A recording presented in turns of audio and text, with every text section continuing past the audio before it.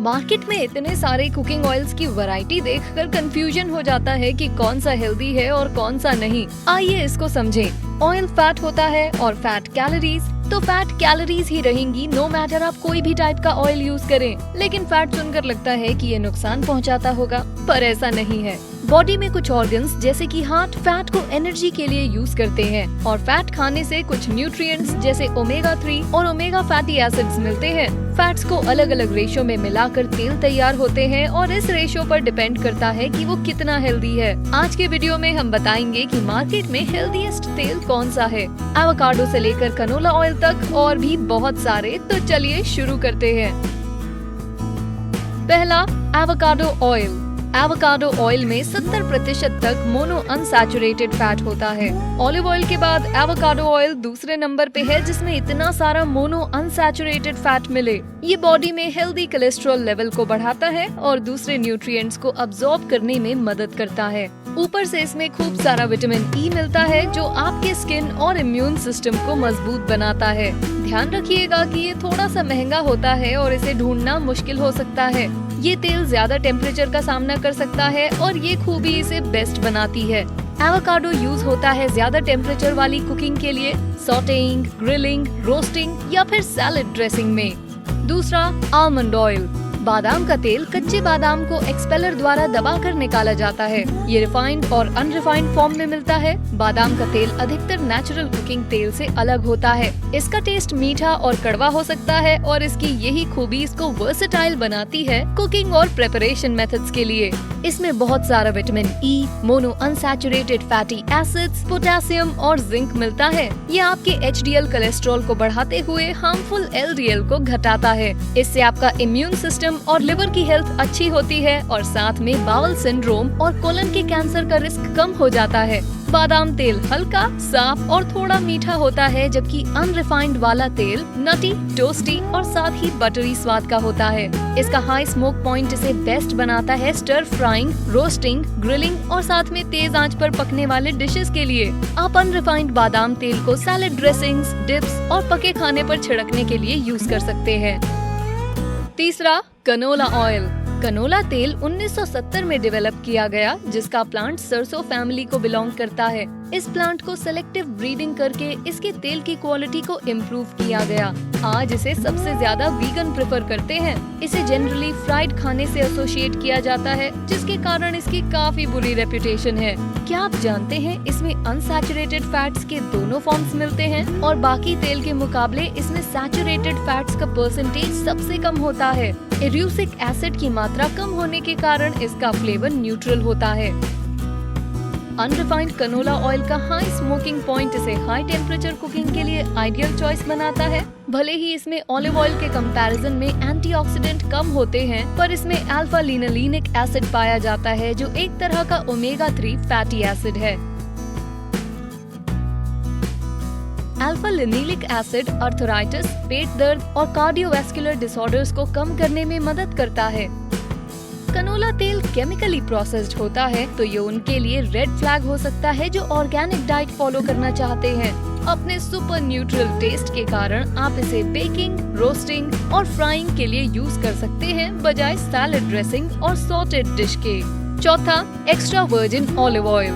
High level mono unsaturated fats और antioxidant के साथ एक्स्ट्रा वर्जिन ऑलिव ऑयल का रिच और लग्जूरियस फ्लेवर इसे एक पॉपुलर कुकिंग ऑयल बनाता है। ये पॉलीफेनॉल्स, एंटीऑक्सीडेंट कंपाउंड में रिच है, जिसमें एंटी इन्फ्लेमेटरी प्रॉपर्टीज होती हैं। पॉलीफेनॉल्स कैंसर को रोकने में मदद करने के साथ साथ आपके कॉग्निटिव फंक्शन और मेमोरी को इम्प्रूव करता है। लेकिन पकाए जाने पर इस ऑयल की न्यूट्रिशन इंटेग्रिटी कुछ हद तक टूट जाती है। ये सबसे ज्यादा हेल्दी रिजल्ट्स तब देगा जब आप इसे रूम टेम्परेचर पर सैलेड ड्रेसिंग या फिर अपने पसंद के खाने पर छिड़क कर खाएं। ये सॉटेइंग और लो टेम्परेचर रोस्टिंग के लिए भी बढ़िया है। इसका लो स्मोक पॉइंट इसे फ्राई या 375 डिग्री के ऊपर रोस्ट करने के लिए डिफिकल्ट बनाता है। इसके रोबस्ट फ्लेवर को एंजॉय करने के लिए एक्स्ट्रा वर्जिन अनरिफाइंड ऑयल को ड्रेसिंग और लो हीट एप्लीकेशन में यूज करें। वर्जिन ऑयल, जो कि मिक्सचर है एक्स्ट्रा वर्जिन ऑलिव ऑयल और रिफाइंड ऑयल का, उसे चूज कर सकते हैं पैन फ्राइंग, रोस्टिंग और बेकिंग के लिए। पांचवा, फ्लैक्सीड ऑयल। होल फ्लैक्सीड के मुकाबले इसका तेल ज्यादा कंडेंस्ड होता है, जो ज्यादा ओमेगा 3 देता है। फ्लैक्सीड ऑयल एक जबरदस्त ऑप्शन हो सकता है उनके लिए जिन्हें हाई ब्लड प्रेशर हो। स्टडीज दिखाती हैं कि इसे डेली बेसिस में यूज करने से ये आपके ब्लड प्रेशर को लो करता है, साथ ही कार्डियो प्रोटेक्टिव इफेक्ट भी देता है। इसमें ज्यादा मात्रा में अल्फा लिनोलिक एसिड ALA मिलता है, जो diabetes, cancer, arthritis, osteoporosis, auto immune और न्यूरोलॉजिकल डिसऑर्डर्स के रिस्क को कम करता है। ध्यान दीजिएगा कि ये जल्दी बासी हो जाता है और इसे गर्म करने से तो ये और ज्यादा जल्दी बासी हो सकता है, इसलिए इसे आप फ्रिज में स्टोर करें और लो टेम्परेचर एप्लीकेशंस जैसे कि सैलेड ड्रेसिंग में यूज करें। आप इसे ओटमील, कुक्ड वेजिटेबल या फिर क्विनोआ पर छिड़क कर खा सकते हैं। छठा, ग्रेप सीड ऑयल। वाइन बनाते समय बाहर किए गए ग्रेप सीड से इस माइल्ड फ्लेवर्ड ऑयल को बनाया जाता है। इसमें ज्यादा मात्रा में पॉली अनसैचुरेटेड फैट मिलने के साथ सैचुरेटेड फैट की मात्रा बहुत कम होती है। इसमें विटामिन ई और एंटीऑक्सीडेंट्स काफी ज्यादा होते हैं और ये हार्मफुल ऑर्गेनिज्म को रोकने के लिए जाना जाता है। विटामिन ई आपकी स्किन हेल्थ, इम्यून फंक्शन और सेल के ऑक्सीडेटिव डैमेज को बचाने के लिए काफी जरूरी है। इनफैक्ट ग्रेप सीड ऑयल के 1 टीस्पून में डेली इनटेक का 19% विटामिन ई होता है। स्टडीज में पाया गया है कि ग्रेप सीड ऑयल को कंज्यूम करने से सिस्टमिक रेडनेस कम होती है और आपके बॉडी के इंसुलिन रेजिस्टेंस को इम्प्रूव करने में मदद मिलती है। ध्यान दीजिएगा कि आप कोल्ड प्रेस्ड या एक्सपेलर प्रेस्ड ऑयल ही खरीदें, क्योंकि केमिकल प्रोसेस्ड ऑयल में हार्मफुल पॉलीएरोमेटिक हाइड्रोकार्बन पाए जाते हैं। ग्रेप सीड ऑयल में हार्ट हेल्दी फैट्स मिलने के साथ ये एक अच्छा न्यूट्रल ऑयल है जो आपके हर किचन टास्क में साथ देगा, रोस्टिंग से लेकर सैलेड ड्रेसिंग तक। सातवां, टी सीड ऑयल। ये कमीलिया ऑयल के नाम से जाना जाता है। टी सीड ऑयल को टी प्लांट्स के सीड से एक्सट्रैक्ट करते हैं। इसमें पावरफुल एंटीऑक्सीडेंट होते हैं जो एजिंग से प्रोटेक्ट करते हैं। ये LDL यानी बैड कोलेस्ट्रॉल और ट्राइग्लिसराइड लेवल को कम करता है। टी सीड ऑयल फ्लेवोनॉइड्स जैसे कैटेकिन्स से रिच है।